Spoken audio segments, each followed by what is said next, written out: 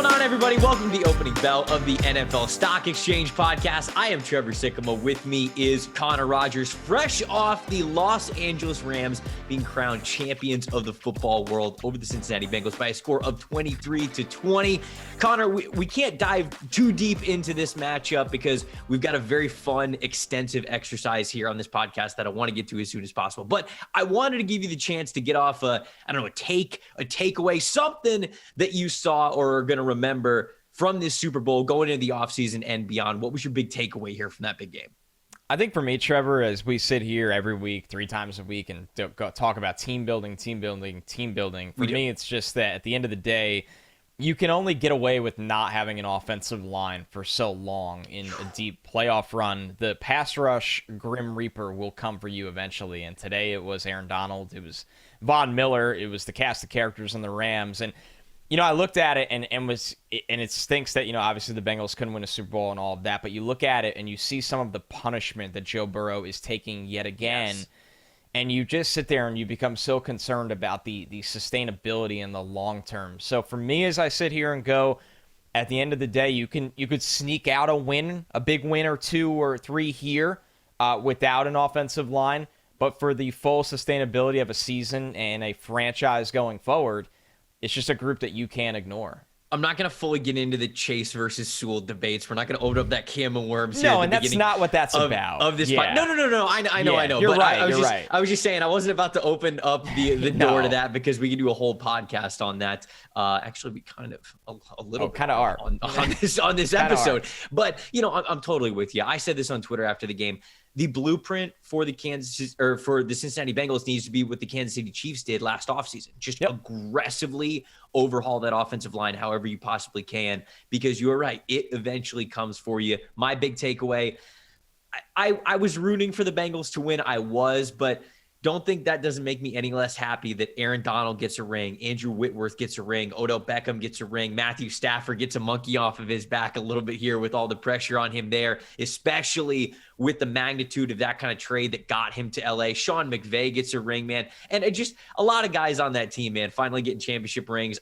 I'm so happy for Aaron Donald. There were rumors of him maybe hanging it up after this game if he won a Super Bowl, so we'll see what ends up happening with that. But, dude, if Aaron Donald retired tomorrow, first ballot Hall of Famer. Like, he's got the ring now. He's a Super Bowl champion. He's had one of the most unbelievable stretches of a career since he came in the league in 2014. Like, there's been no more dominant player on the planet. And now he's got the hardware, if you will, in the form of a Super Bowl ring. I'm very happy that nobody gets to go, yeah, but he never won a ring when talking about Aaron Donald. And we just get to appreciate him as much as possible. I think you're right. I think what's so cool about this Super Bowl to me is, and Cooper Kupp takes home the MVP, but in my opinion, this could have easily been a co-MVP between Donald and Kupp, and they are outliers that became superstars. And I know for Donald, yes, he was a first-round pick. He went 12th overall that year to the Rams, but there was a lot of discussion about him. I think if he doesn't go 12 to the Rams, he waits a really long time for his name to be called. I've talked to people that were in the draft room that year with the Rams, and it was a nasty fight over being able to take him because he was 6'1". He was a different kind of guy. Obviously, Cooper Kupp, not a first-round pick, not a second-round pick. Really no offers coming out of high school.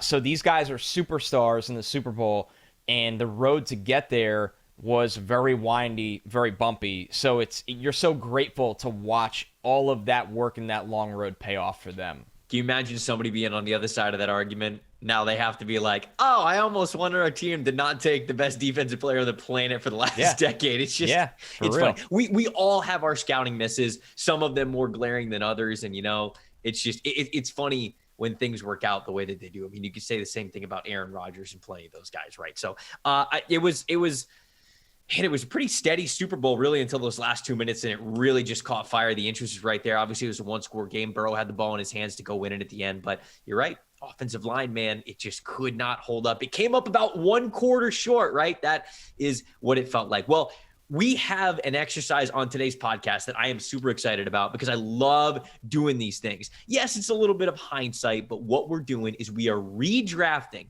the 2021 NFL draft with 1 full season now in the books. We thought this would be topical. We thought this was the right time to do it now. if you want to talk about the perfect time to judge these guys, it's probably year 3, right? Kind of. I mean, like for sure. Year 3 is probably the sweet spot for it, right? It is, and you're going to hear a lot of it today. There's reasons why some guys stay put, even though they might not have played up to their standard as a rookie, and some guys drastically jump because the thought process of the team building changes, where it's not as much of giving them that 3-year window, not giving them that 3-year window. So yeah, traditionally you do not throw out a scouting report after year 1. You do not throw out a scouting report after year 2. We are not doing that today, but this is an interesting exercise to see how some teams might have had to maneuver differently if other teams didn't overlook certain players. But it is a cop-out for us, which is the important part, is no matter what we are arguing for a player and situation, we always get that little cop-out in our back pocket to talk about how, you got to wait 3 years, though. Don't worry about it. So, that's just, we're protecting ourselves. We're just being smart here on this podcast. No, but what we're doing is we're taking the draft order from last year exactly as it was. And, of course, having a little revisionist history, going back and seeing what played out, what we know about teams now. And it's kind of a combination of where teams are now, where they kind of were then. We're trying to be still realistic with it. But I love these exercises. And I think really it's a really fun way to give props to some of the guys that have played really, really well in their first year. So without further ado, we'll get right to it. But I did want to remind everybody that this podcast is sponsored by Prize Picks. This is your go-to place for all sorts of over-under bets and all kinds of other bets as well. If you've never been to prizepicks.com, go check it out. Go sign up. Use the promo code PFF. And if you do, and you deposit $20 into your account, it's a betting tool, you're going to get a free PFF Edge subscription. So if you don't have a PFF Edge subscription and you are listening to this podcast, you can get one for just $20 by going over to prizepicks.com, using the promo code PFF and throwing $20 there in your account. So go do that if you have not yet. I'm going to pick for the odds. Connor's going to pick for the evens. Well, and there's a good reason for that. As Connor alluded to on Twitter on Sunday, I originally had, I thought to myself, when we did the mock draft the week prior, I was like, I started the draft, so I'll let Connor start the draft this time. And then I realized that the Jets picked number 2, and they have a little bit of what you would call a quarterback conundrum in their decision here for this draft. And I texted Connor immediately, and I said, absolutely not. No way. I am not taking the responsibility and the pressure for that. So I don't know if you were just being silent, trying to let me get away with that one, but I wasn't letting it happen, pal. So Trevor built the rundown for the show, and usually him and I alternate, and he wrote in there, Trevor evens, Connor odds. And I was like, I looked at it, I was like, great. Like, this is awesome. Like, I don't have to answer for the Jets at 2. I don't have to deal with any of the backlash. I don't have to deal with any of the discourse. Like, he's just going to make the pick. It's going to be his mentions. I'm not going to answer any of them because that's going to be his decision. And he texts me right away. He goes, no. I just realized this. I'm not doing this. You're doing this. And I was like, all right, you got me. You would have tweeted out the podcast and just muted 100%. The thread immediately. Just immediately. 100%. Didn't even look. You wouldn't even look at the first. It would have been no Twitter Monday for me. No Twitter Monday. Like, as soon as I tweet out the pod at like 9 or 10, I wouldn't have logged back on until like 10 o'clock at night. And I wouldn't have, Well, you are picking for the Jets at 2. I'm picking for the Jacksonville Jaguars at number 1. So obviously, what we just recapped what we're doing. This is the 2021 NFL draft, and we're kind of doing a little bit of hindsight in who they would have picked here. I'm still picking Trevor Lawrence. I get it. He didn't have the best year. He is not above criticism at all whatsoever. But you got to understand, this was a dumpster fire that is even impressive for dumpster fires in the NFL with what happened with Urban Meyer over the last calendar year in Jacksonville. Trevor Lawrence struggled, but he struggled in the ways that we kind of believed that he was going to, coming from the offense that he was at in Clemson, and just none of it really got better because there was no reason for it to get better. He had no wide receivers. The offensive line was mid. The coaching staff was absolutely terrible, right? The run game, I mean, shoot, his best running back, his head coach wouldn't even put on the field. So it's hard to think that Trevor Lawrence would have looked any better in his current situation. So I'm still sticking with him as the number 1 overall pick, even in this redraft. That puts you up at number 2 with the Jets. Yeah, and I would have done the same thing if I were you, just to be clear. I think important, discussion point of this exercise is some of these guys had bad rookie seasons, and it is tough to stand up here and go, I'm going to make this pick anyway because I still believe in what I thought of him pre-draft. But I think Lawrence is one of those guys, and I'm going to be honest here. It's the same for me with Zach Wilson. And the only debate here at 2 is the same one you could have had pre-draft, Justin Fields or Zach Wilson. I really don't see any other debate here. Yes, Micah Parsons, Jamar Chase, Kyle Pitts, like they're all way, way better players. And that's the way it goes. But the Jets and Jacksonville have to take a quarterback at 1 and 2 here because they're not going to be a destination for a veteran, right? So you can't kick the can down the road and take a BPA and say, we'll trade for Rodgers, we'll trade for Russ. Like, it's just, you're not going to be able to do that. And here's the big one, Trevor. This quarterback class this year, it stinks. I mean, I don't know what else to say. Like, maybe some guys do develop, but right now, it's hard to justify somebody going in the first round. Like Malik Willis off of traits, Kenny Pickett off of floor. I get that, but this is not a class you want to be a part of. And it's not a class you want to be a part of if you're a team that needs a hero. And the Jaguars and the Jets, to an extent early on, needed a hero. So I roll with Zach Wilson, and I know some people will say you're absolutely insane. Here's my points. One, I still believe he could be a good quarterback, and I really, my scouting report on him, I still believe in it. He did come back from the knee injury week 12 and, finished with 10 total touchdowns and 3 picks, right? And some of those were rushing, but that's a good start in my opinion. So I think when you look at it like that, he didn't throw an interception his last 5 games. So things got better. Things did slow down for him, even without Elijah Moore and Corey Davis during that time. So he was without his receivers. So I think that, am I up here like Zach Wilson's a guaranteed lock or Justin Fields is a guaranteed lock or any of these guys? Like, no, there's a lot of projection here. There's a lot of risk. But at least when he did come back from injury, you saw the arrow start to point up. Now the Jets need to put a better football team around him, so hopefully he can take those next steps and be a franchise quarterback. And we repeated both of the first picks in this draft. There's not going to be a lot of repeats in this redraft. No, there really aren't. Starting with number 3, and just to kind of comment on that, I probably would have picked Justin Fields in this situation. I had Zach Wilson and Justin Fields kind of like right there in my big it's board. Tough. So it was close. I was more encouraged, obviously, from what I saw with Justin Fields than what I saw with Zach Wilson, but I'm in no way giving up on Zach Wilson. I understand the argument with you holding on to him at number 2. It makes sense. So it was going to come down to, it's basically like one of these 2 dudes, and you're sticking with Zach Wilson. I probably would have gone with Justin Fields, but it's not like I think it's absolutely egregious throwing Zach Wilson not throwing Zach Wilson at the curb. Who knows if Fields didn't get hurt again at the end of the year? Like if Fields didn't get hurt and had the same performance Wilson had or better, then it's like, okay, I would have rolled with Fields. So there's just so many unknowns with these guys, with both of them missing kind of significant time a little bit throughout the year. So San Francisco 49ers up here at number 3, and I said there wasn't going to be fun. I said that there weren't going to be any repeats, and there's not. Your point about the quarterback class this year not being great is true, but it doesn't really go into why I picked who I'm picking here at number 3. I'm picking Kyle Pitts, the tight end out of Florida, simply because I'm absolutely mad with this idea of Kyle Pitts, George Kittle, Deebo Samuel all being in the same offense. Right? It's insane. Who do you – and now I thought about Jamar Chase here as well, because obviously Jamar Chase, unbelievable season, offensive rookie of the year, could have also been there. But what made Jamar Chase so great, I do think, is the chemistry that he had with Joe Burrow and how fearless Joe Burrow was throwing him the football and how accurately he could time throws up to Jamar Chase even when he was covered. I don't think Jimmy Garoppolo is that same kind of quarterback. Instead, you get a guy like Pitts who is just – we've said this before, we've used this word alien with him, a unicorn, if you will. That's what Dan Mullen used to say.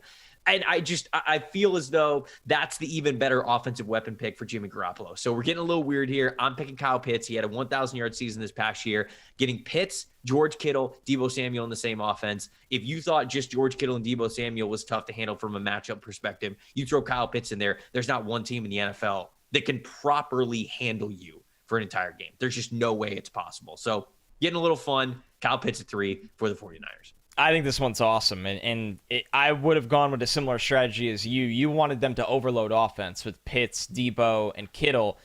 I would have went with to see the duo of Micah Parsons and Nick Bosa rush the passer, either way, or Micah Parsons standing next to Fred Warner. It's one of the two.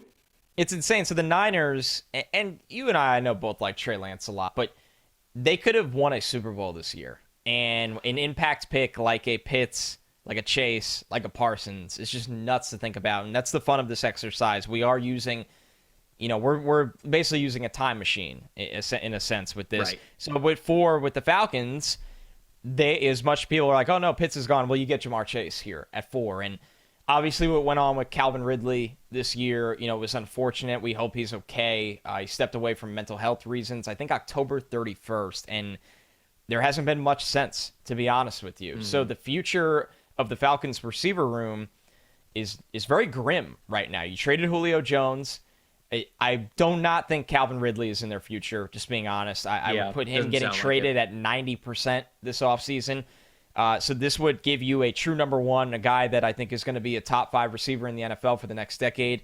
I think he could be the best receiver in the NFL. You obviously have Kupp and Debo as well. He could be the best wide receiver in the AFC, and it extends the productivity of Matt Ryan a little longer as well. So Jamar Chase at 4, this is just a no-brainer, absolute no-brainer. No Kyle Pitts, no Jamar Chase for the Bengals on the board here at number 5. And where there was all of the Jamar Chase, Penei Sewell debates, I'm not going with Penei Sewell, even with Jamar Chase off the board.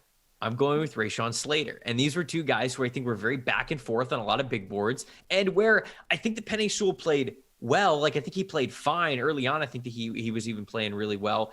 Rashawn Slater just played unbelievable in his rookie season. They threw this guy in, and what's impressed me so much is that Slater played as well as he did. And remember, Slater opted out of the 2020 season. Like, this dude hadn't played football in so long, and you plopped him in the NFL, and all of a sudden, boom, one of the best young tackles in the game. Like, he had a Tristan Wirfs kind of year where he was just able to start right away and be absolutely fantastic. So that's why I would be going Rashawn Slater here for the Cincinnati Bengals. And I mean, if we're going to be honest, without Jamar Chase, they're not making the Super Bowl. So I don't think that this improves the Cincinnati Bengals, but it does improve what you talked about at the top of the show, getting that offensive line better. They can get the offensive weapons a little bit later. So I'll go Rashawn Slater here at 5 for the Bengals.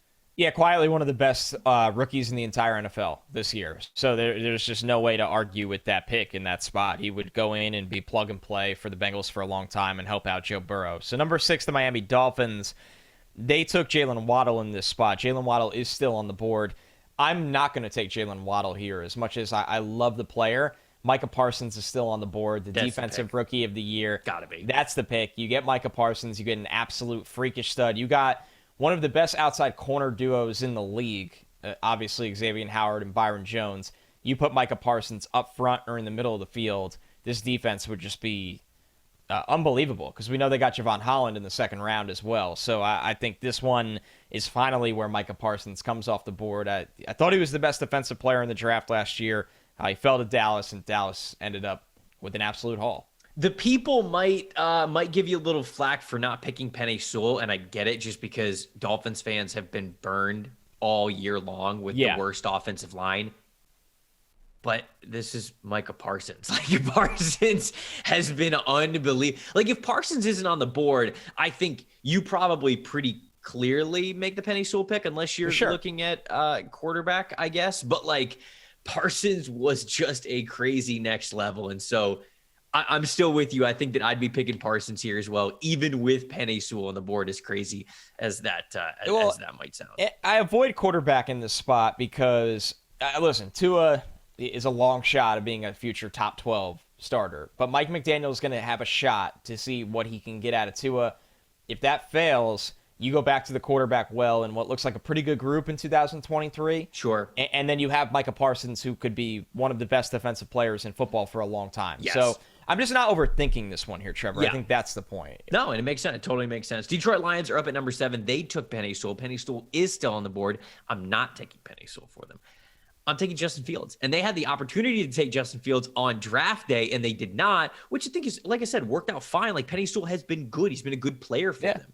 But certainly looking at this year's quarterback class, it's not great. And so you would rather, even if what you just said, you can look forward a little bit further to 2023. You've got guys like Tyler Van Dyke, Bryce Young, CJ Stroud, Spencer Rattler potentially, right? Like, there's a lot of guys that you can, again, get intrigued with, but the grass is always greener. And instead, I've already seen how talented Justin Fields can be on an NFL team. So I'd be picking Justin Fields, and I get it. You're paying Jared Goff no matter what, but, like, you're not going to be good with Jared Goff. Jared Goff has clearly already showed you his ceiling in the NFL and probably in Detroit. So they would be like, if they weren't already starting Justin Fields at some point last year, if they drafted him, they'd certainly be starting Justin Fields going into this season, which would be a better setup than they have right now.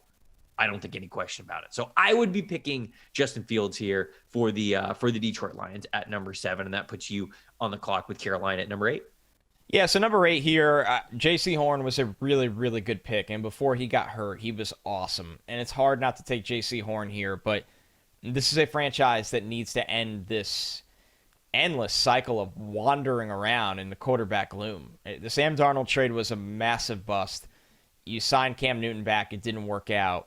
You know, PJ Walker was a long shot, a fun story, but he's a backup. Mm-hmm. I'm going to take Mac Jones here. I just think Mac Jones is smart. And if they did take Mac Jones, I actually thought he would have flourished under Joe Brady. You look at it, the way he plays, the way he gets the ball out, the timing. With DJ Moore, Christian McCaffrey, Robbie Anderson, they could have done some really good things with Mac Jones and Joe Brady, and then they'd be going into this draft looking to, you know, at 6 or wherever they'd be picking to get that franchise left tackle. Then you have a foundation on offense, a long-term play caller. I think everything would have worked out much better in the Matt Rule era, but unfortunately there's no going back. Yeah, if they could have a do-over, I feel like they would. For as good as J.C. Horn has been, I think that is the right choice there. Denver Broncos at number 9. Now, I talked about how much I liked the Denver Broncos draft last year, and it started at the very top with Patrick Surtain. If they had a quarterback option here, I think it'd be taking them, but they're all off the board other than Trey Lance. And so I could pick Trey Lance here, but I ultimately think that even with hindsight, Connor, they want Aaron Rodgers. Yeah. They want a good veteran that they can plop onto this team. And so I'm not going to pick Trey Lance.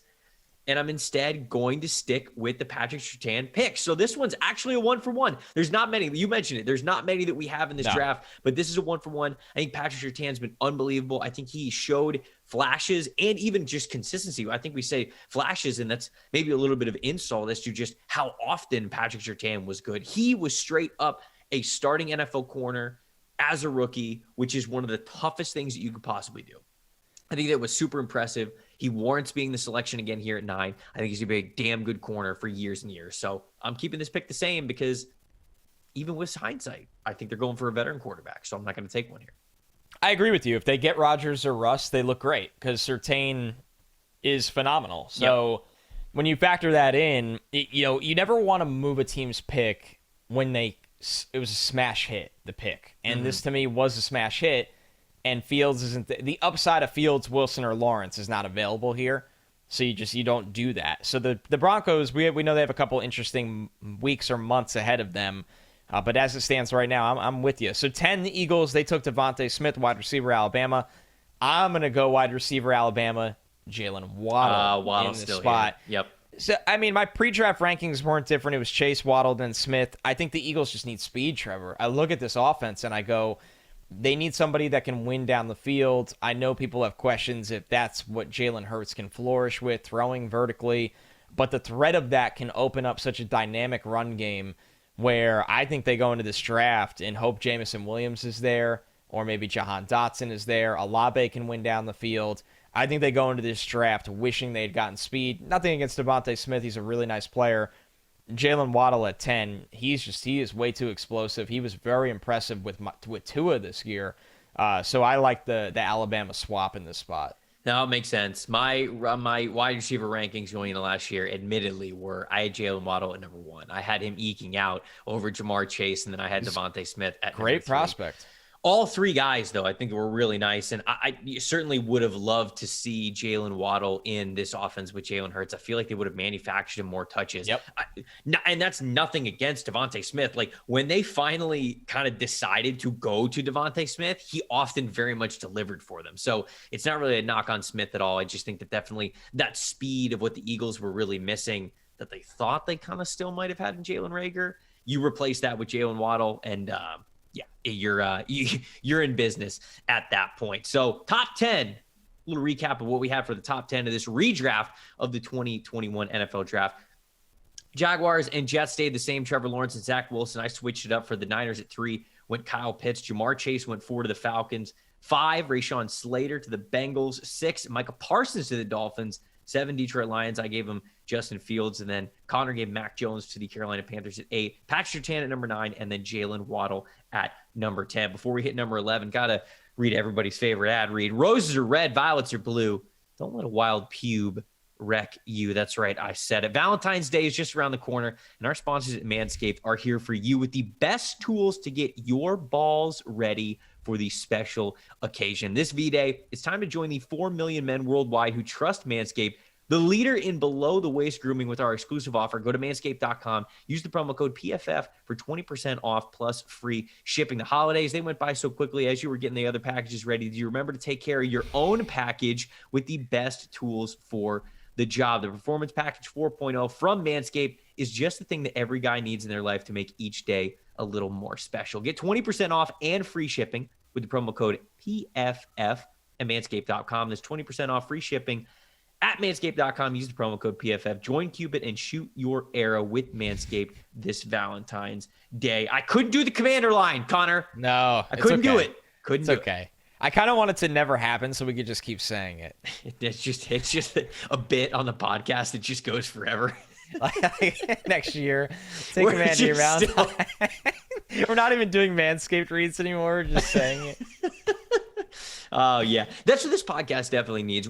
Obviously, it's a brand new podcast, and so we need to establish those bits. They're just going to, but they're the ones that are just going to live on forever. So maybe that'll end up being one of them. It's the only reason I podcast. I don't podcast like for informational purposes. I just want to create bits. Just for the bits. Hey, look, that's a good hustle if you can get it. Chicago Bears are at number 11 here. Obviously, they traded up to go get Justin Fields. He is not here, but Trey Lance is. Certainly looking at the quarterback class that we have right now, if the Chicago Bears didn't go up and get a quarterback, then they'd be screwed, right? Especially with the situation that they have. So I'm still going to give him Trey Lance. We didn't really see much of Trey Lance at all this year, but still a really good prospect. I still think that he would make a lot of sense even with Chicago, even if the current regime were, I guess I got to say now, the former regime would have failed and they get these new guys here. The Trey Lance still would have been a good pick. So I'm still sticking with quarterback at number 11 for the Bears, and I'm going to give him Trey Lance. I like that thought process a lot. I think that the Bears did the right thing by getting up to 11. They took a quarterback in Fields that, wasn't as developmental as Lance, even though Lance went ahead of him. They could still afford to take a Lance because you had Dalton there, you had Foles there. You could let him catch up on his own timeline. So, all right, number 12, the Dallas Cowboys. Now, they obviously end up in a tougher situation than they were in because they don't get the Defensive Rookie of the Year, and Micah Parsons, he's off the board already. Sorry, Cowboys fans, that you don't get Defensive Player of the Year or Defensive Rookie of the Year at number 12. Sorry. Yeah. You don't luck out again. And this isn't reality though, so you're safe. So I'll go Penei Sewell here. They had an interesting situation where a historically praised offensive line finally hit a bit of a wall, a little bit of aging, right? You have Tyron Smith on the left side that's been beat up before. You have Lyle Collins with a bizarre suspension kind of season at times. Left guard has become this rotating door. So if you took Sewell at 12 in this spot, he could be your tackle of the future. He could play left guard for you next year at a high level. So for the Cowboys, this is actually the good consolation considering Parsons is gone. You get Sewell at 12, which is crazy. I said with a little sarcasm in my voice, sorry, you don't get Defensive Rookie of the Year at 12, but instead you get Penei Sewell at number 12. So actually, it really ain't that bad. So congrats, Cowboys. You won in the real 2021 NFL draft, and you're winning again here in the redraft on this podcast. We got the Los Angeles Chargers up at number 13. They went with Rashawn Slater in real life. Rashawn Slater long gone off the board. Oh, man, I just missed out on Penei Sewell right there. But I think they're going to be okay with this other pick. Go J.C. Horn, the cornerback for South Carolina. You mentioned he went a lot higher in the real draft. He went number 8 overall to Carolina. He had a fantastic season before he got hurt, man. He looked like the real deal, and corner was very much on the board for the Chargers. And I think that certainly looking at their drafts right now as we're looking at mock draft, whether it's first round, second round, somewhere in the top 100, I see a lot of Chargers fans doing mocks trying to get a corner in there. And so instead, you throw J.C. Horn's name in there. Maybe you don't have Asante Samuel then, but I mean, sticking with it, I think that's the theme. That's what they would need. And if you're subbing out one starter, adding another, J.C. Horn's a good guy to swap Asante Samuel with. So I'll go J.C. Horn here at number 13. Yeah, I like it. And I think what's cool about this redraft is you're seeing a lot of us previewing what teams should attack this year early in the draft. When you look at the Chargers getting J.C. Horn, Chargers should be early on corners this year, and that's going to be a theme of this redraft here. All right, so for the Jets at 14, they trade up to this spot, got Elijah Vera-Tucker, had a phenomenal rookie season, was honestly one of their best overall players, not just rookies. Surprisingly, though, going to switch this pick, and it's almost a coin flip, but kind of just want to show a different perspective to Jets fans. Going Creed Humphrey in this spot, who was one of the best, maybe best interior offensive lineman in the entire NFL this year, not just out of rookies. So you get your center of the future here. If you're the Jets, you can kick McGovern over to guard. It would have, obviously, a pretty good ripple effect. As great as AVT was, I think this is an interesting scenario. Humphrey, obviously, super clean pass protector, really good run blocker, especially in a scheme where you got to get guys on the move, and that's what the Jets are going to do a lot under LaFleur. So Humphrey was a late second-round pick. He had no business making it out of the first round. Right. Yeah. I mean, he was phenomenal. He was rock solid, man. He was. Yeah, I really did. I like Creed Humphrey a lot. Obviously, he exceeded even my expectations coming in, starting right away, playing as many snaps as he did for the pass-happy Kansas City Chiefs, man. The team's all about offense, and he was able to step into such a crucial situation. So Elijah Vera-Tucker, you said it. He had a fantastic year this year. He's going decently high still in this redraft. Yeah, he's not going to be on the board very long. Right.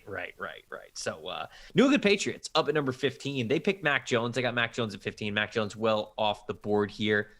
We'll go Devontae Smith. Devontae Smith was a guy who was commonly mocked to the New England Patriots a lot before draft weekend. And, if not for an early wide receiver run, I think this could have been certainly in play. So they weren't exactly sure where Mac Jones is going. Remember, the rumors were Mac Jones might have been going as high as number 3 overall to the Niners before it ended up ultimately being Trey Lance. And so, if there was a reality, even not this one here on this podcast, where Mac Jones goes number 3, we maybe don't get the wide receiver run that we initially thought, and hell, he could have been the real pick at number 15. So this one actually makes a lot of sense because they certainly need a wide receiver like him, but also it could have happened in real life had Mac Jones not been there. So I think this one makes sense in a lot of ways. I'm going to go with Devontae Smith, wide receiver from Alabama, at number 15 for the New England Patriots. It goes with the theme again. Patriots first round, got to be looking at wide receiver this year. Maybe one doesn't fall to them. But if one does, obviously they have a void there. Even after spending some money there, they still need a guy, and Devontae would have been the guy in that offense. Obviously, they're really happy with the way things worked out with Mac. Speaking of happy, or maybe not so happy, the Arizona Cardinals, a lot of weird things coming out with Kyler Murray. I think it's all going to smooth over in the long run, but there is clearly something bizarre going on there. The relationship between the team and the quarterback, Chris Mortensen, had a couple interesting nuggets that he dropped on the Super Bowl Sunday timeline. Imagine him waking up on Super Bowl Sunday and, your team that's not in the game, there's, not so good news coming around. Dude, it was I don't know why these guys picked Super Bowl Sunday to have a news drop, but, you mentioned, the Kyler Murray news comes out, and then everybody's like, oh, yeah, Tom Brady might not, fully be retired. And I'm like, what are we – why? Why didn't you guys wait till, tomorrow? Why didn't you wait till Monday? We got hit with Kyler Murray's not happy and it's a finger pointer. We got hit with Tom Brady's probably not actually done, TBD. And then the game had to be played. I don't know, dude. It's just it really played. Very bizarre. Very, very bizarre. So here we are sitting here late Sunday night redrafting and having fun with it. So let's make Kyler Murray happy again and get him an offensive lineman. They took Zaven Collins in this spot.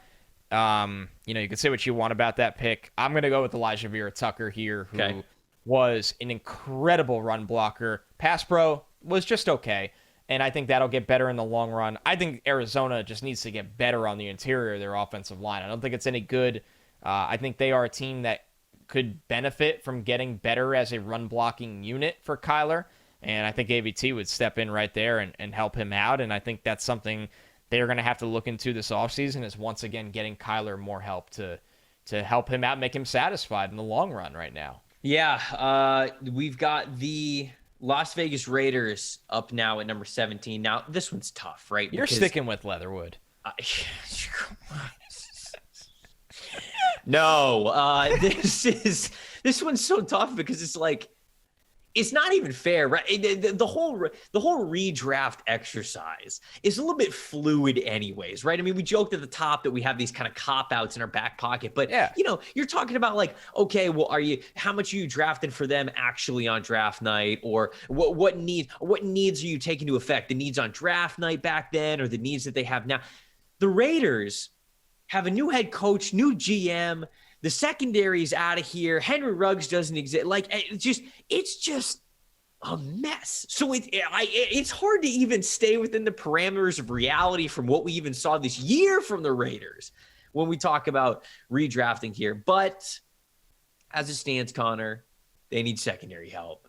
And Javon Holland, the safety from Miami, was a steal in the second round and truly awesome one of the player. best rookies that we saw this past season. So I think people would probably argue, okay, the Raiders need corner help more than they need safety help, but just secondary in general, man. They need so much secondary help. Javon Holland is a damn good football player. He helps them out in that regard. And, when you are so depleted at both safety and corner, I know that they have a steal in Nate Hobbs, but when you are so depleted everywhere in the secondary, just draft good players. Figure it out. Just fill in the dots. Like, don't be like, okay, well, corner's more important than safety, because the whole group has to work together. So pick the players that you think are going to be the best. Revisionist history here. Javon Holland, unreal rookie season. He would be the pick for the Raiders if I had to make the pick today. So I love it. Go with him to 17. Yeah, I love it. He stood out, on film all the time for Miami. He was just absolutely great. So when you look at it, yeah, I think they got a really good one in Trayvon Merrick later on in this draft. But like you said, you need to remake the entire secondary. What impressed me the most with Holland was how, versatile and interchangeable he was. You could play him down the slot. You could use him as a blitzer. You could play him in two deep. So Holland would be such a nice fit for the Raiders and really form a good tandem on the back end there. So I like the thought process there. My favorite thing about what this redraft, Trevor, is getting players in the first round that did not go in the first round. Like, yeah, it's fun to talk about like Sewell here, Chase there, the quarterbacks, but I think this is where it gets really fun. You just had Holland getting in the first round. Now the Dolphins are on the clock at 18. I'm going to have them take Trey Smith, who was drafted in the 6th round, which is insane. Now, obviously, with Trey Smith, there was some lingering medical question marks that everybody is well aware of from his time at Tennessee. Miami's offensive line is a disaster. I know it's going to be a focal point for Mike McDaniel. They are going to try to be a very, very run-heavy, run-first kind of team. You look at Trey Smith, who was very good for the Chiefs this year. He's a bully in the run game. I don't know if he would go in the first round, obviously just knowing what we know on tape, because once again, the questions were usually mostly medical, but the 6th round was just insane. He was one of the best 32 rookies in the NFL last year. Yes. That's my thought process here. Yes. And look at the offensive linemen off the board already. Humphrey's off the board. AVT's off the board. Sewell's off the board. Slater's off the board. This is the next guy up. I love it. I love that you're getting him in here. He absolutely deserves to be in here. I was wondering how high he was going to go. I wondered if we were going to sneak him into the back end of the first round, but I don't hate this at all. Trey Smith has been unbelievable this past season. But, playing along a good offensive line in Kansas City. Helps a lot. Creed Humphrey is there. Orlando Brown is there. Joe Tooney is there. Right? Like, it's a good offensive line that he's playing with, but he is one of the really nice pieces that they have in Kansas City. And so I'm glad that you got him in here. I didn't know if he'd go this early, but I like the spot, man. I really do, especially for the Dolphins that desperately need offensive line. So when you tell Dolphins fans who passed up Penei Sewell at number 6 that they're coming away with Micah Parsons and Trey Smith, come on. I mean, they got to be pretty happy. Volleyball. Washington football team up at number 19. I can't have them pick a quarterback. There's not one available. I'm not picking Davis Mills. Do not even bring that up. I'm not doing it. I'm not picking Davis Mills. They went linebacker Jamin Davis from Kentucky. I think Jaden Davis struggled, but we knew he was going to struggle, right? Because this was an uber athletic linebacker who we figured was going to just take his lumps his rookie season. And I think that he definitely did. I'm going to redraft them Jeremiah Owusu-Koramoah, though. I'm going to give him another linebacker, a different kind of linebacker, a more versatile linebacker.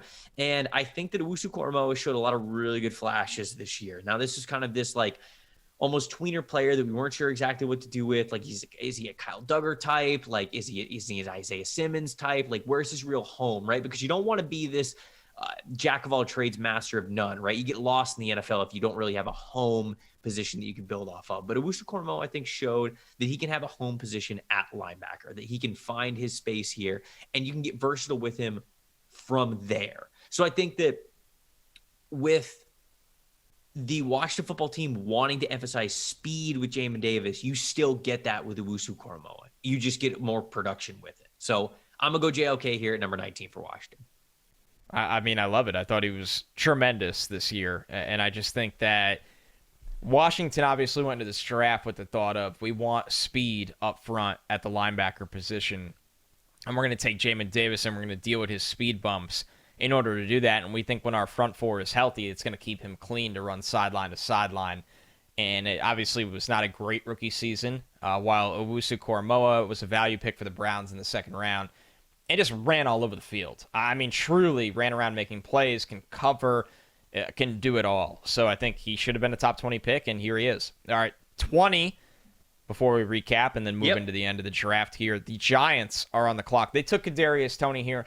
Bizarre rookie season for Kadarius Toney. He had, problems with his cleats in camp where he couldn't. It was hard to get him on the practice field.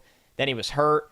Then he looked like a superstar for a couple games, and then he was hurt again and missed the rest of the year. So it's kind of hard to go, well, I definitely wouldn't take Kadarius Toney in the spot, because when he was on the field, there were some wild flashes where he was tremendous with the ball in his hands, but it just wasn't enough. So I am going to look at pass rush here, and I like that they got Azeez Ojulari in the second round. Yep. In this redraft, they will not be afforded that opportunity. So I'm going to go Jalen Phillips here. Remember the Dolphins at 18 went Trey Smith. Jalen Phillips still on the board.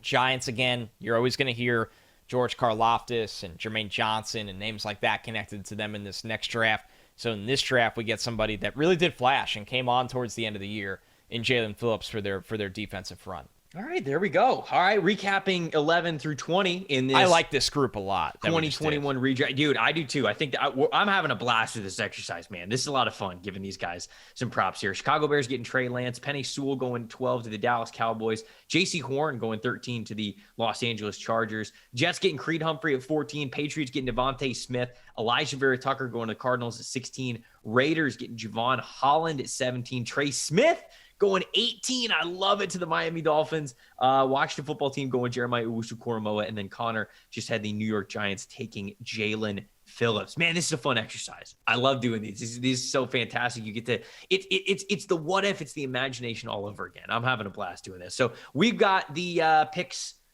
21 through 32 coming up, but got to remind you guys that up until February 14th, so you only got a couple of days left, you can get 25% off any PFF subscription, any Edge or Elite, if you use the promo code SUPER25. That is SUPER25. You get to unlock all the premium content that's showcasing all the big premium stats that we have over at PFF. You get the draft guide, you get the fantasy football guide, you get access to all the premier betting tools, all that kinds of stuff, and so much more. You can look up the premium stats yourself when you get that unlimited Elite subscription. So check it out, man. Check out what an Edge and an Elite subscription is over at PFF. If you have not done that yet, there is something for every type of football fan. If you are more into the numbers, we've got you there. If you're more into the X's and O's, we've got premium articles for you there. Betting tools, like I said, the draft, fantasy football, everything, man. Check it out. I guarantee that you'll find a deal that you like. Use the promo code SUPER25. Get yourself 25% off a subscription, whatever it is.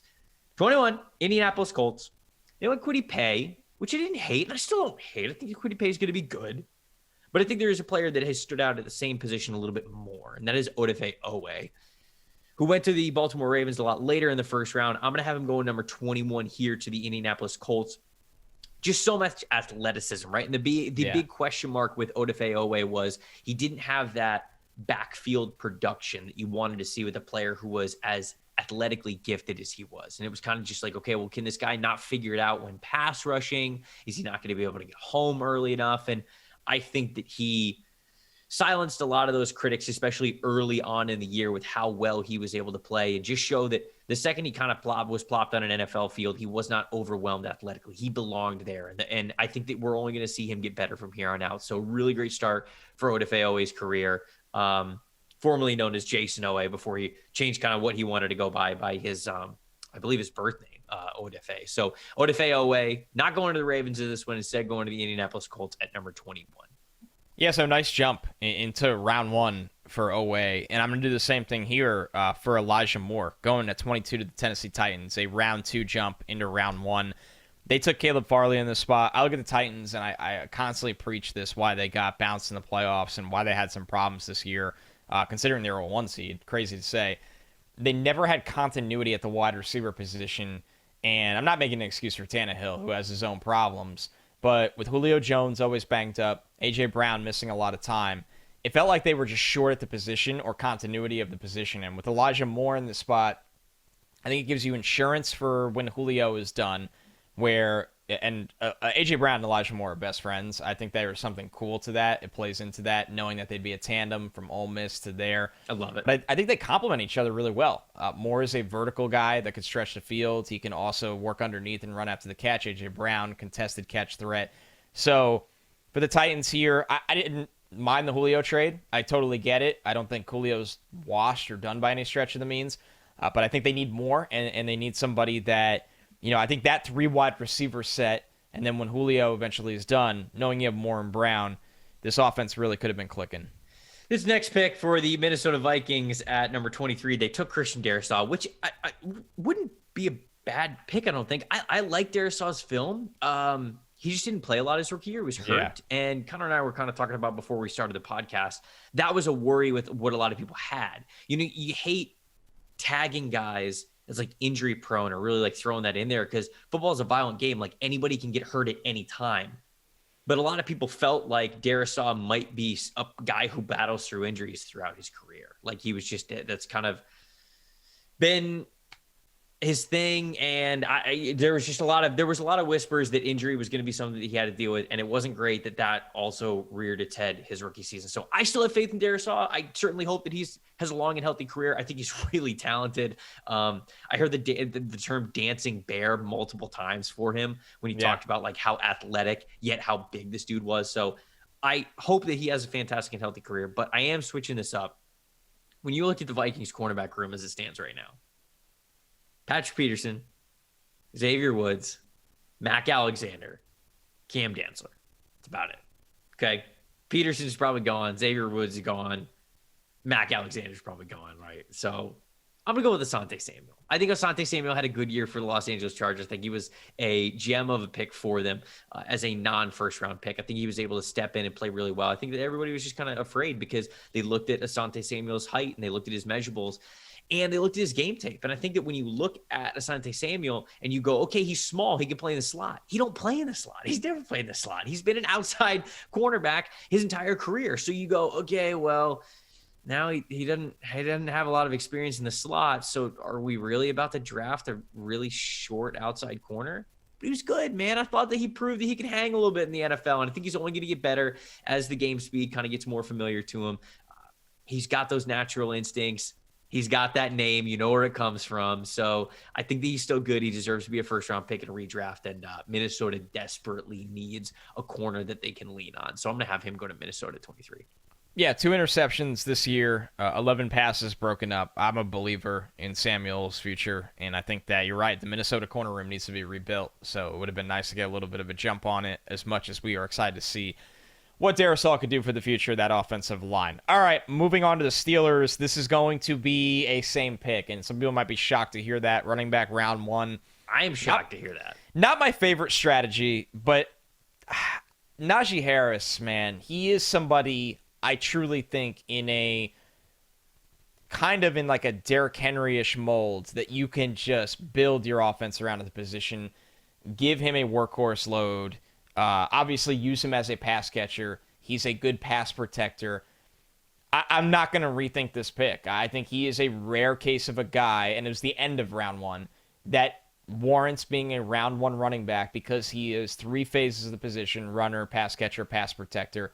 He is the perfect Pittsburgh Steeler. He is tough. He plays in a totally different way, and he is going to be a young quarterback's best friend the next couple of years, whoever they take, whoever they restart that franchise, and they'll be really happy to have him. And honestly, Trevor, it's nobody I really care enough in this spot to take over him at this point of the draft. There was no one where I was like, oh, well, I gotta do that. I got to do that. Right. Like, there's no offensive lineman. That was the big thing for me. There was no offensive lineman I loved in this spot, so Najee stays in Pittsburgh. This is officially it's a PFF podcast, so I don't know if you're allowed to do that, but I won't report you. I won't report you to the bosses. Give me a different. I want a different pick then if somebody has one. That's my argument. Okay, all right. So yeah, if you're listening to this podcast and you desperately think the Steelers should pick somebody else, let us know. Hit us up on Twitter. Hit us up in the comments. Let us know. Don't say Davis Mills. Oh, well, look, if somebody's compelled no. If somebody is compelled to make the Davis Mills argument, I want to see it in the comments. Right. Give it to us on YouTube or tweet at us at Tampa Bay Trey, at Connor J. Rogers. Jacksonville up at number 25 again. I picked for them at the very top. I went with Trevor Lawrence. That didn't change there. Travis Etienne is still on the board, but I'm not taking Travis Etienne. Instead, I am actually taking the player that the Jaguars would have selected had the Giants not taken him a few picks earlier. I'm going to give him Kadarius Toney. They needed wide receiver help then. They need wide receiver help now. And even though Kadarius Toney, with him kind of staying, like just getting him on the field has been a little bit of a journey during his time with the New York Giants. When he has been on the field, when they have emphasized him, he's proven that he moves it a different gear. This is what we had in his scouting report coming into the 2021 NFL draft. And we saw flashes of that, man. We got multiple 100-yard games from him, some takeover performances, some instances where you line him up against the wrong defender and he just makes him look stupid. So I think it needs to be a full rebuild of what the Jaguars have within their receiver room. But Kadarius Toney would be a great mismatch kind of a player to get in there right away. So I'm going to go with Kadarius Toney at 25. With Toney and Shenault, they'd have two gadget guys that'll give you 30 yards a game each. This is a great. No, I'm just kidding. New staff, man. Doug Peterson will figure it out. I actually really think that would be a nice fit and would have helped Trevor along the way. All right, 26, the Cleveland Browns here. They went Greg Newsome, obviously a player that I think was universally liked in the draft world and a pick that made a ton of sense to the Browns. No knocking that. But I will go with a different direction in Amon-Ra St. Brown, the wide receiver for the Lions that just had a great rookie year, especially down the stretch at the end of the year. Somehow fell in the draft to later on in day two. And I think when you go through the need at wide receiver in the NFL right now, and he went in the fourth round, I stand corrected, not day two. I thought he went in the end of the third round. I mean, Trevor, on the Lions with Jared Goff, and sometimes without Jared Goff, this guy had over 900 yards as a rookie, 90 catches and 5 touchdowns. That is just, and it's really how he finished the year when you look at those last 4 games, 90, 91, 111, 109 yards, a touchdown in every single one of those last 4 games. Lions won 2 of those 4 games, that's good. That's big for the Lions. He was a huge part of that. He's a first-round player in this redraft. There's no way around it. And when you look at the Browns, another team that's in the Garrett Wilson, Olave, I don't think Drake London will be there, but Drake London, Jahan Dotson, they're in that conversation again for this draft. This pick would have knocked that out because you'd go into next year, you got rid of Odell, but you go into next year with St. Brown and go, we feel really good about this guy for a long time. Yep, and I think that he'd be a great wide receiver for Baker. I agree with you there. And great point. Fit. Yeah, I think that's one that I really like. Ravens keeping the wide receiver train going. This one happened in real life, and I like the fit so much. I can't argue with it. I still can't. Rashad Bateman. If Rashad Bateman doesn't get hurt, I think that we are talking about him going a lot higher in this draft. I really do. So I still think that he's the right pick for the Ravens here, even with the guys that are left on the board. Ravens could go a number of different directions, but he feels like the type of wide receiver that Lamar Jackson really needs outside of the tight end passing game. He is the kind of guy that they need. I feel like he could play all 3 levels of the field. He could play outside. He could play in the slot. Like, he's just a really damn good, reliable wide receiver who gives you really nice athleticism as well. I think that Rashad Bateman's a total package. He was the right pick for the Ravens at the time, and I still believe he would be the right pick for the Ravens if he was here at number 27, especially with the board the way that it is. I had the Ravens Oh, no, we didn't have the Ravens pick twice yet. I was getting confused because I had Odafe Owe go at number 21. This is the first of the Ravens 2 picks. We got another one coming up at 30. But as for this one here at 27, I like Rashad Bateman continuing to stay in Baltimore.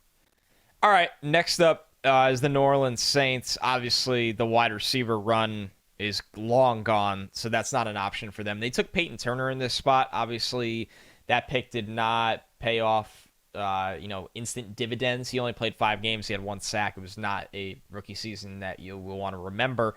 I will go with Azeez Ojulari here. I thought Ojulari was a round 1 player last year. He did not get selected in the first round. He had 8 sacks. I will caution that they aren't not 8 of the most impressive sacks you'll ever see, but at the end of the day, I mean, there's a couple where he's either unblocked or they're cleanup sacks, but he still had 8 sacks, and he still played, and he was still productive, and he was a hell of a lot better than Peyton Turner. So Azeez Ojulari at 28 to the Saints to give them that pass rush help. Obviously, you know, they have Cam Jordan there, who is an Iron Man, unbelievable, but they want to get a little younger on that front. If they can keep Marcus Davenport for the long term remains to be seen, but they obviously went into this draft knowing we need more. Turner was a reach. Ojulari, in my opinion, would have been a better pick. We make that fix here. Man, speaking of need more, how about that transition right there? You also said that the wide receiver room wasn't what you wanted to be for the Saints at 28. Well, I got news for you. I'm picking wide receiver at 29 for the Packers. Rondale Moore is on the board, and this was a combination I loved even before the draft last year. I was a big Rondale Moore guy, and I thought about getting Rondale Moore in the first round. I wasn't sure if the NFL was going to do it. They ultimately did not do it. But think about it, man. Rondale Moore getting to be in that offense with Aaron Rodgers and Devontae Adams, that's the kind of player they needed. That's the kind of player that they drafted Amari Rodgers much later in the draft. But can you imagine them plopping Rondale Moore in that spot instead and just allowing him to, you know, manufacture short targets or whatever it is, man? I think Rondale Moore thrives with Aaron Rodgers. I think he would have had a phenomenal rookie season if he could have stayed healthy. And so, man, I did so many mock drafts with Rondale Moore going to the Green Bay Packers at the end of the first round. It only feels right for me to do it here in the redraft. I've still got faith that Rondale Moore can be a fantastic offensive weapon. We saw that during the preseason. We saw some flashes of it in the regular season, although Cliff Kingsbury's offense, it's oddly structured. I'll leave it at that. It just kind of is it's its own unique thing. And so I like the idea of Rondale Moore getting in a different spot. Him with Aaron Rodgers, I think they have a ball all the time. So 29, Rondale Moore, Green Bay Packers.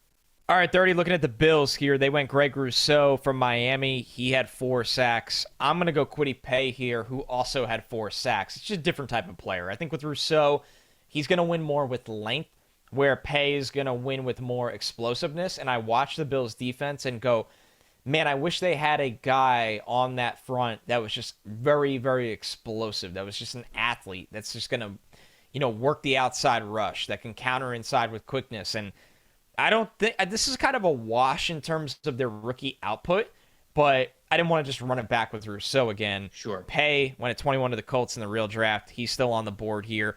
I actually think he'd be a better fit for them. And you're not knocking the Bills because he wasn't on the board when they picked here, so they didn't have a choice. But in this situation, I actually love the fact that Paye falls into their lap. And I think he would have a really successful career in Buffalo in that defense under Sean McDermott. Well, we don't have to wait for Greg Rousseau to then come off the board because I'm going to have him go here 31 with the Baltimore Ravens. You mentioned how much Greg Rousseau can win with length and how versatile he can be along the defensive line. I feel like that fits right into what the Baltimore Ravens love to do with how multiple they like to be, where they like to align guys, how they get creative with their defensive line. I had them, Odafe Owe was the pick in real life. He went number 21 to the Indianapolis Colts a little bit earlier in this redraft here. And so with Rousseau landing here, I like this spot, man. I like him along this defensive line. He still gives you that good athleticism. He gives you that uniqueness with that build that he has. And I thought he had a good rookie year. I really did. I thought he was, I was glad that he was able to get on the field. I feel like as much as he was able to. And I think Baltimore would have been a good spot for him as well. So we don't have to wait too long for him to come off the board. It's one pick later. It's Baltimore here at number 31. All right, to close out the redraft, your Tampa Bay Buccaneers at 32, taking it home right here. They went Joe Tryon. Really like how the long-term outlook is for Joe Tryon. Yeah. To give you a different look here, Caleb Farley's still on the board. Obviously an extensive injury history, right? An extensive knee injury history in college, and then the back problems, and then he tears his ACL as a rookie in week 6. With that being said, if any team can afford the frustrating early speed bumps of Caleb Farley and maybe reap high-end rewards later, it is the Tampa Bay Buccaneers. You often alluded that they are potentially facing a loss at corner. A lot of players walking in free agency, and they will have to replenish that unit under Todd Bowles. Farley will be ready to go for 2022. If he's on the field, he's going to be a really, really good player. And I think, obviously, a Todd Bowles corner. Long, can run with recovery speed, can play the ball in the air, has every kind of trait he wants in an outside corner. So instead of Joe Tryon, who once again, I think when he plays more, you're going to see a lot more production, we'll go with Farley in this spot. You're thinking future with both these picks. They weren't going to make an impact on last year's Bucs team. Yeah, I mean, I don't hate it. For as much as I think that Tryon's going to have a really great future in Tampa Bay, I really do. I mean, I think that Caleb Farley is really talented. He's my corner one going into last year's class, even over guys like J.C. Horn and Patrick Surtain. So I really loved Farley. I loved what he could be when he was on the field. If he's healthy, I think he's a great pick for him, especially going into next year where Carlton Davis, Jamel Dean, and Sean Murphy-Bunting could all be free agents at the same time. You probably can't bring all of them back, even if you wanted to. Getting Farley, that's definitely a revisionist pick looking at how things are right now, but it would set up perfectly for them. So I like it. There we go. That is the recap redraft of the 2021 NFL draft. That was a lot of fun. I enjoyed that, man. As the season has come to a close, as the final game has been played, as the Rams have been crowned Super Bowl champions, that season is in the books. 2021-2022 season has been in the books, and I thought that was a really cool exercise to give some props to some players who play really well 1 year in the league. I think so too. I think it makes you look back at guys that outperform their draft slot, maybe highlight guys that have a lot of work to do this year, right? Like we talked about that at the top, like with Trevor Lawrence and Zach Wilson to warrant those top two picks, it's got to be better this year. And then you look at other, even other guys that started to fall in this draft, like you highlighted it perfectly. Like Zaven Collins, Alex Leatherwood, Jamin Davis, they didn't even make the draft at all. Right. And they were top 20 picks. So an interesting exercise, and this is the kind of stuff that we love to look at. An interesting time of drafting. I mean, we just had a team like the Rams that didn't care about draft picks and went all in to win with veterans. And then you have a team they played in the Bengals that are all draft, right? And then some middle tier free agency signings. So we like to paint the picture for every single team, and I think this did a good job of that. Yeah, you mentioned a couple of them there, but the guys who actually went in the first round that we didn't get here in this redraft: Zaven Collins, Alex Leatherwood, Jamin Davis, Christian Darrisaw, Travis Etienne, Peyton Turner, Eric Stokes, and Tryon Shoyinka were the guys that we didn't get in here. Boy, I just thought of this as you said it right there as we kind of close out this podcast. Rams winning the Super Bowl is kind of bad for business for us, isn't it? Because this is a draft podcast, and they basically just said, screw the draft picks. We don't need them to win a Super Bowl. Yeah, I thought that too right away. I mean, they took Tutu Atwell and still won the Super Bowl. They took Tutu Atwell at 55 and they won a Super Bowl. That tells me like you could do anything wrong in the draft and you can win a Super Bowl. So, I mean, no. There's a lot of ways to win. I'm not believing it.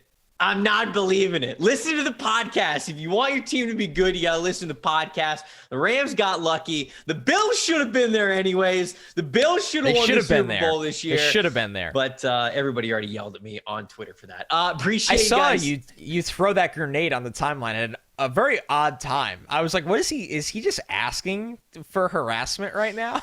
Listen, man, we were like 7 minutes left in the game. Where did you watch the Super Bowl? So we were peak boredom. I was in my apartment. I actually like watching the Super Bowl. So I was just Me too. I don't go out for it. Yeah. So it was like peak lull time, right? We had the very first play of the first half, which was the bomb touchdown. And then the very next play after that's an interception. And it was absolutely nothing after that. So if you take those two throws out, then these were two teams that did an absolutely abysmal job with halftime adjustments, doing anything to get the upper hand on the other team. It was terrible. And I was watching this game and I was like, the Bills would easily beat both these teams. And I just, it was an emotional tweet. I pressed send. I tried it, I've tried to think that I've matured a little bit, but I also meant it. Should have been the Bills. And you know what? If it was the Bills, we could have sat here and talked about, hey, that's why you draft good. And instead we got to sit here and say, hey, trade away all your draft That's why you trade every pick. None of these mock drafts matter. They'll just all be traded for Von Miller. Odell Beckham will be signed. You name it.